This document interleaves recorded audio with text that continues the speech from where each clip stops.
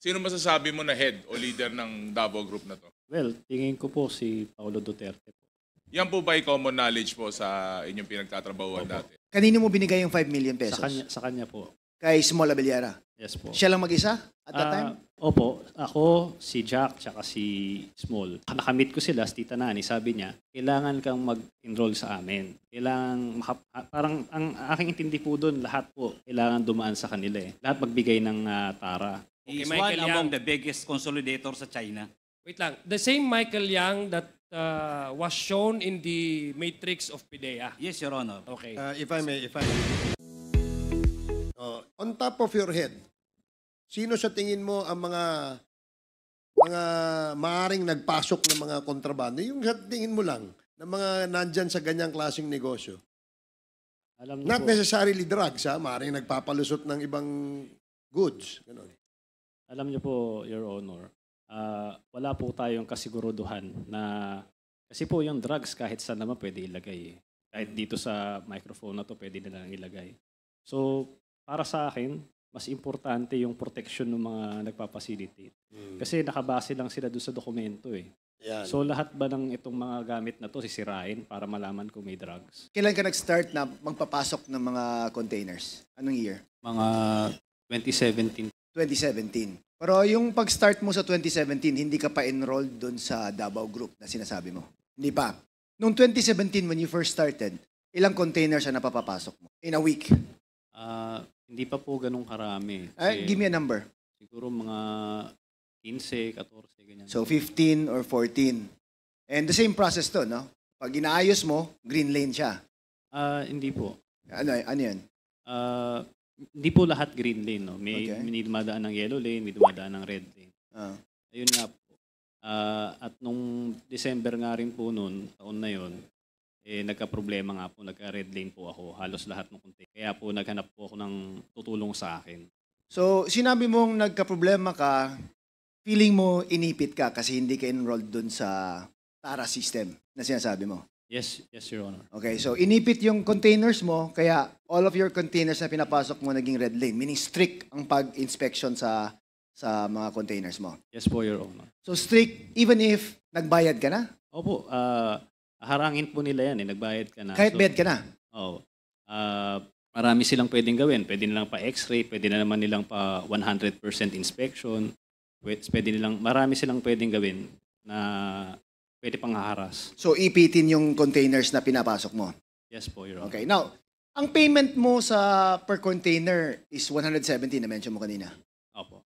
Was that before being enrolled in the TARA system or after being enrolled in the TARA system? After na po yun. After. So, paano yung before? Magkano ang binabayad mo? Depende po yun. Nire-refer ko po yun dun sa broker namin. Average amount? Iba-iba po pero mataas po siya. Hindi Mataas? ako nagkakamali. Mga nasa 280, 300, mga ganun po. So, mas mahal yung payment mo nung before ka na-enroll sa TARA system? Yes, Your Honor. And wala pang assurance na pwede pang maipit yung containers mo even if nagbayad ka na? Opo. Opo. Now, sige, let's go to the point na na-enrolled ka na sa TARA system. Sabi mo may parang central command, tama ba yun? Opo. Na sila yung kausap mo? Opo, yung Davao Group po yun. Davao Group. Yung command center po, yun po, ang nag-establish po niyan sila, Commissioner File doon po nung time niya. Commissioner File doon? Yes po. Ang nag-establish ng command center? Command center. So, magkahiwalay na entity itong Davao Group and command center? Yes, kasi yung Davao Group po, hindi naman po sila nagtatrabaho sa Bureau of Customs. Okay. So, Davao Group is just an organization but not employees of the Bureau of Customs. Yes, Your Honor. Meaning, wala silang kinalaman sa pag-inspection, pagpirma, order the release, etc. Wala. Wala po. Okay. But, kailangan gandumaan sa kanila, sinasabi mo. Yun nga po, sinabi ni Jojo Bajo, nirefer nila ako sa kanila. Nung nakamit ko sila, si Tita Nani, sabi niya, kailangan kang mag-enroll sa amin. Parang ang aking intindi po doon, lahat po, kailangan dumaan sa kanila Lahat magbigay ng tara. Kung hindi ka magbibigay sa kanila, i-hold nila yung container mo. Kasi may command center Ito yung enrollment na sinasabi mo. Opo. Yung 5 million ba ang sinabi mo?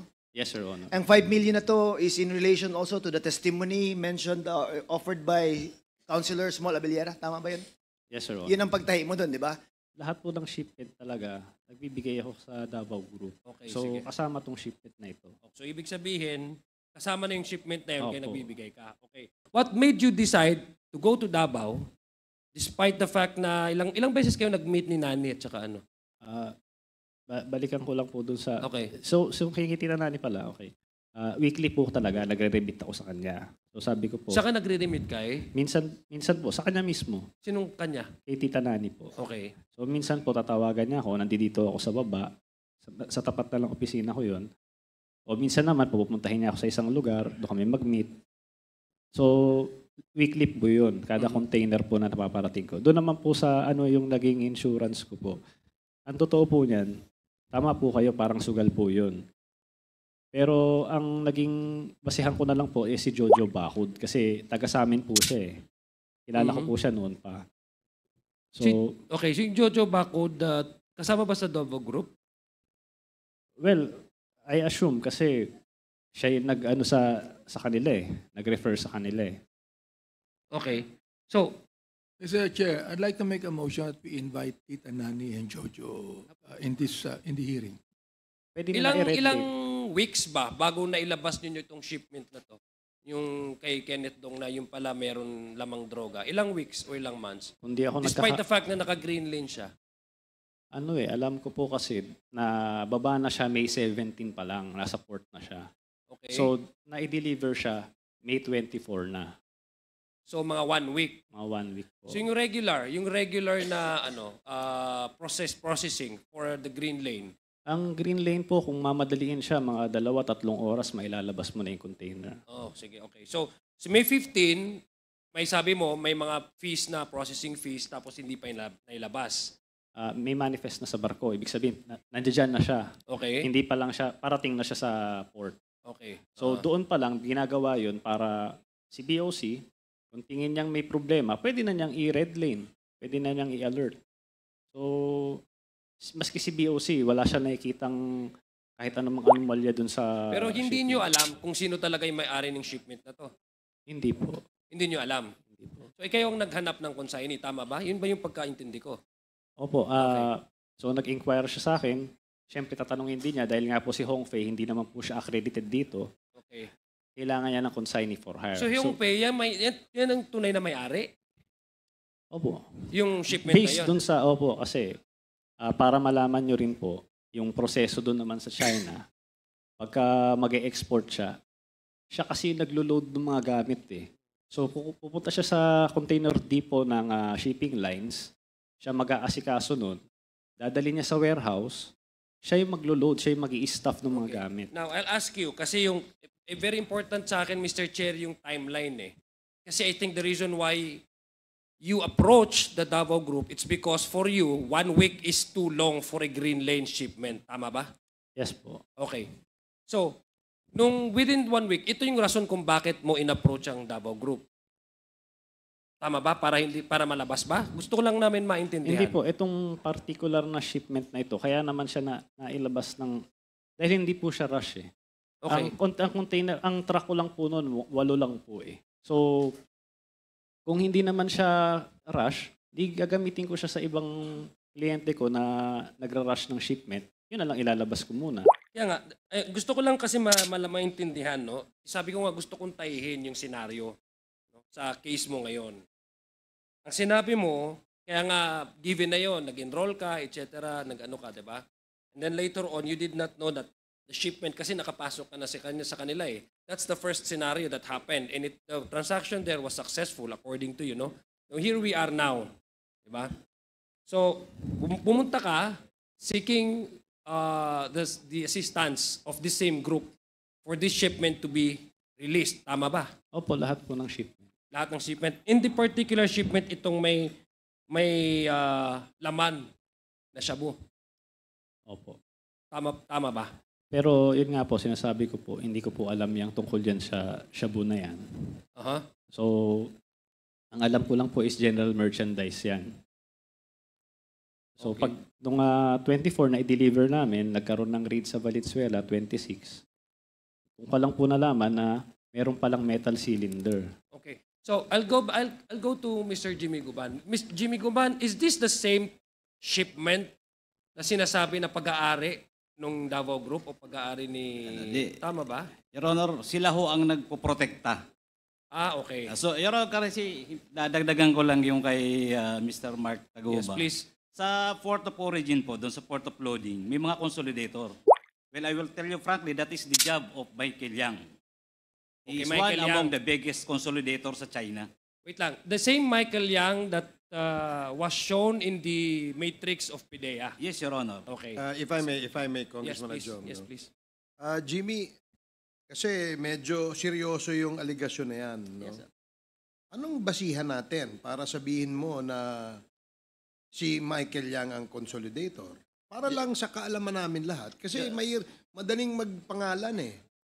Your Honor, I have testified already. One among my shipments, according sa galing yun sa kanila. Siya lang ang nag-consolidate sa China. The same also, Your Honors, na mga nawawala na containers. Iwan information po ito, Your Honor, na sila ang nagko-consolidate sa China, nawawala sa Port of Manila, nawawala sa port ng Taguluan. Sino nagsabi sa'yo na si Michael Yang ang consolidator?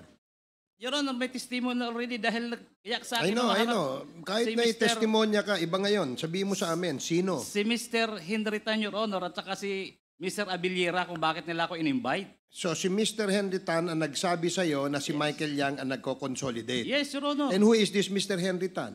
One among also the financer, importer, Filipino-Chinese? Filipino-Chinese, Your Honor.